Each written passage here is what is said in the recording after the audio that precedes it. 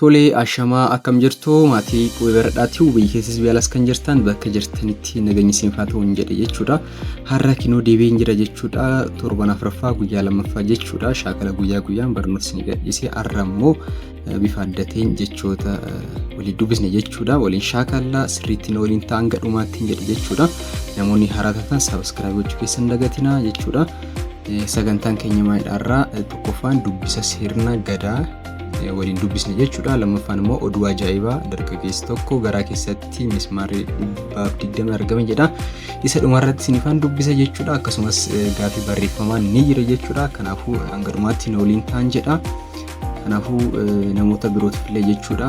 Barnoonni kun namoota isaan gargaaruuf sheerii gochuu keessan dagatina. Barnoonni isinitti tole laayikii gochuu keessan hin dagatina jedhe jechuudha. Kanaafuu jalqaba yoo jalqabnu maal goona jalqaba isaa tole jalqaba maal goona suuta jeeta sinifan dubbisa jechuudha. Suuta jennee waliin shaakalla jechuudha. Isin garuu rakkoon qabu erga waliin dubbisneen booda isin irra deebitanii kophaa keessan dubbisuu dandeessanii akkasumas immoo viidiyoo dhaabdanii amma namoonni dubbisa xiqqoo shaakaltan isa kana shaakala jechuudha. Gama akka dubbistan akka ilaaltaniif kanaafuu suuta jennee waliin dubbisu tokkoon isaanii sagalee isaanii waliin dubbisu waliin shaakalla jechuudha. Wanti inni guddamaadha jechoota kanaan dura beektan san astii yaadachuudhaaf tokkoon isaanii irra butaa jabaa tokkoon isaanii asirratti jechoota dhufan jechuudha. Waliin ilaallaa tokkoon isaanii na hordofaa jechuudha. Yeroo dubbisu na walii sirriitti shaakala jechuudha. Isinillee tokkoffaan gadaa jechuun isa jedhu ilaalla jechuudha. Waa'ee gadaa maal akka ta'e har'a ilaalla jechuudha. I think waa'ee gadaa baay'een keessan beektan jettee yaada. Kanaafuu gadaa jechuun maal akka ta'e har'a waliin ilaalla jechuudha. Gadaa jechuun sirna irra butaadha kuni sirna bulchiinsaan jirti as bira irra butaadha. Bulchiinsa jettanii bulchiinsa diinagdeedhas bira nag jettanii achi booda diinagdee hawaasummaa irratti hin jabaata jechuudha. Hawaasummaa fi aadaa ifama. Aadaa ummata maaliin jabaatti ma achi booda ta jenna. Ummata Oromoo kan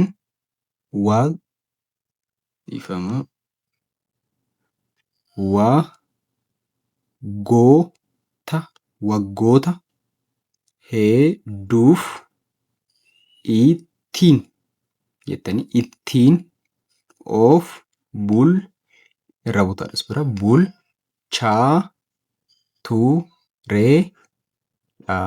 tureedha jettanii kan itti aanu irra butaadha kuni sirni achi booda ni jettanii sirni gadaa sirna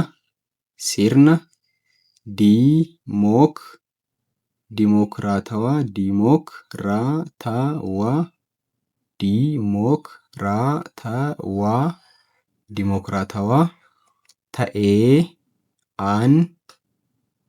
achi booda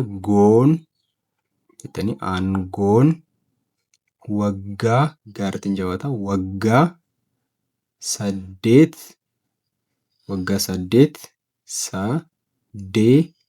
8 jettanii 8 nama jalqaba irraa kana achi booda irraa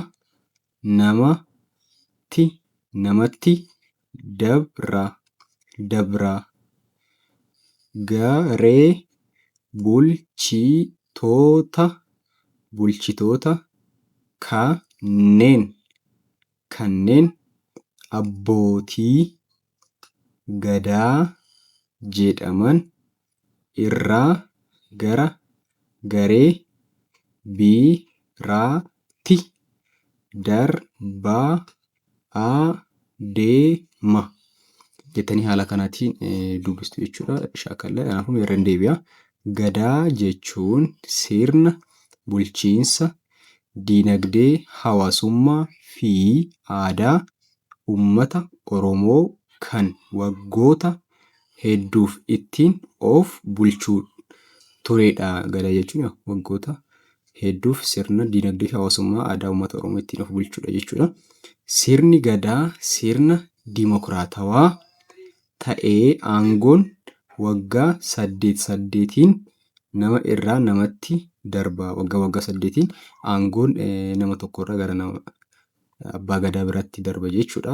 Garee bulchitoota kanneen abbootii gadaa jedhaman irraa gara garee biraatti darbaa adeema jechuudha. Waggaa 8 garee tokkorraa gara garee biraatti, nama tokkorraa nama biraatti waggaa 8 darbaa adeema jechuudha. Itti fufna. Kunis tokkuma. Itti aansinee sirni kun seera tumuu, falmii,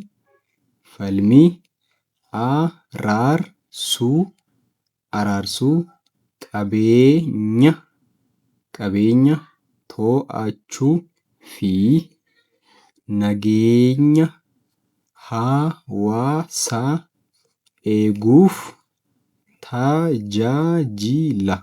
tajaajila jettan jechuudha. Tolee. Kan itti aanu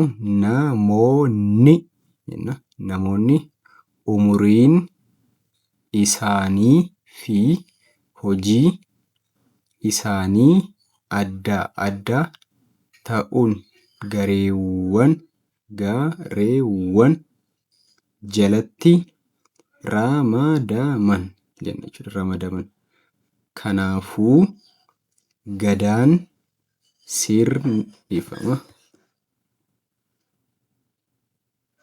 sirna wal qixxummaa, haqaa fi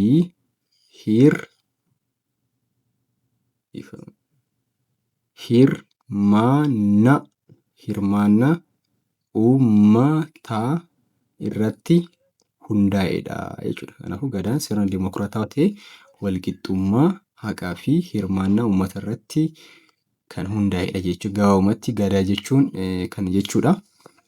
Amma sagantaan inni lammataa keenya maalidha jechuudha. Amma oduu ajaa'ibaa isiniifan dubbisa jechuudha.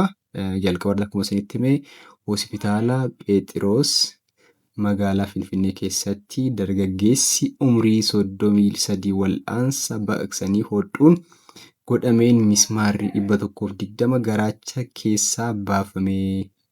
Dargaggeessi kun waggaa 10f dhukkubsataa sammuu kan ture yoo ta'u, waggaa 8f dawaa fudhachaa erga ture booda waggaa 2f addaan kutuun maatiin isaa ibsan. Yeroo dhiyoo as immoo garaa isaa keessatti jechuudha. Garaa isaa dhiita'uun isaatiin gara hospitaala geeffamee wal'aansi baqaqsanii hodhuun godhamee fi mismaarri 120 fi wantoonni qara qaban hedduu kan garaa isaa keessaa baafame ta'uu isaatiin ogeeyyiin fayyaa ibsan. Akkam ta'in laata?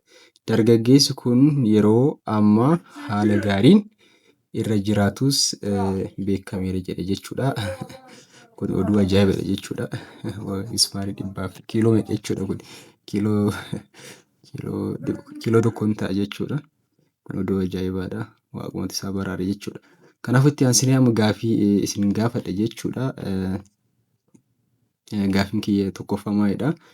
Fakkiin asirra jiru barreeffama koomentii irratti na barreessitan jechuudha. Hundi keessan fakkii asirratti ilaaltan maal akka ta'e maal akka isinitti fakkaatu koomentiidhaan jechuudha. Koomentii irratti na barreessitan jechuudha. Hundi keessan barreeffama shaakala jechuudha. Namoota barreeffama shaakaltan dhumarratti jechuudha. I think jimaata finna jechuudha naannoo keenya. Badhaasa addaa ta'e waan jiruuf hundi keessan hirmaadha jechuudha. Namoota hirmaataniif qofa carraa kana kan argatanii hundi keessan hirmaadhaa badhaasni jira jechuudha. Kun maal akka ta'e koomentii irratti na barreessaa. Itti aansuun kun immoo ijoollee maal akka hojjechaa jiran akkasumas kan barreeffaman koomentii irratti ibsitan jechuudha. Kan itti aanu fakkiirra kan ilaaltan kun maal akka ta'e kanas barreeffamaan na ibsitu jechuudha. Itti aansuun kunis maal akka ta'e ijoollee maal hojjechaa akka jiran koomentii irratti naa barreessitu jechuudha. Kanaafuu barnoonni keenya irraa kana fakkaata jechuudha. Haaluma kanaan torban kana jechoota shaakalaatoo itti fufna jechuudha. Borummoo barreeffama sirriitti shaakalle jechuudha.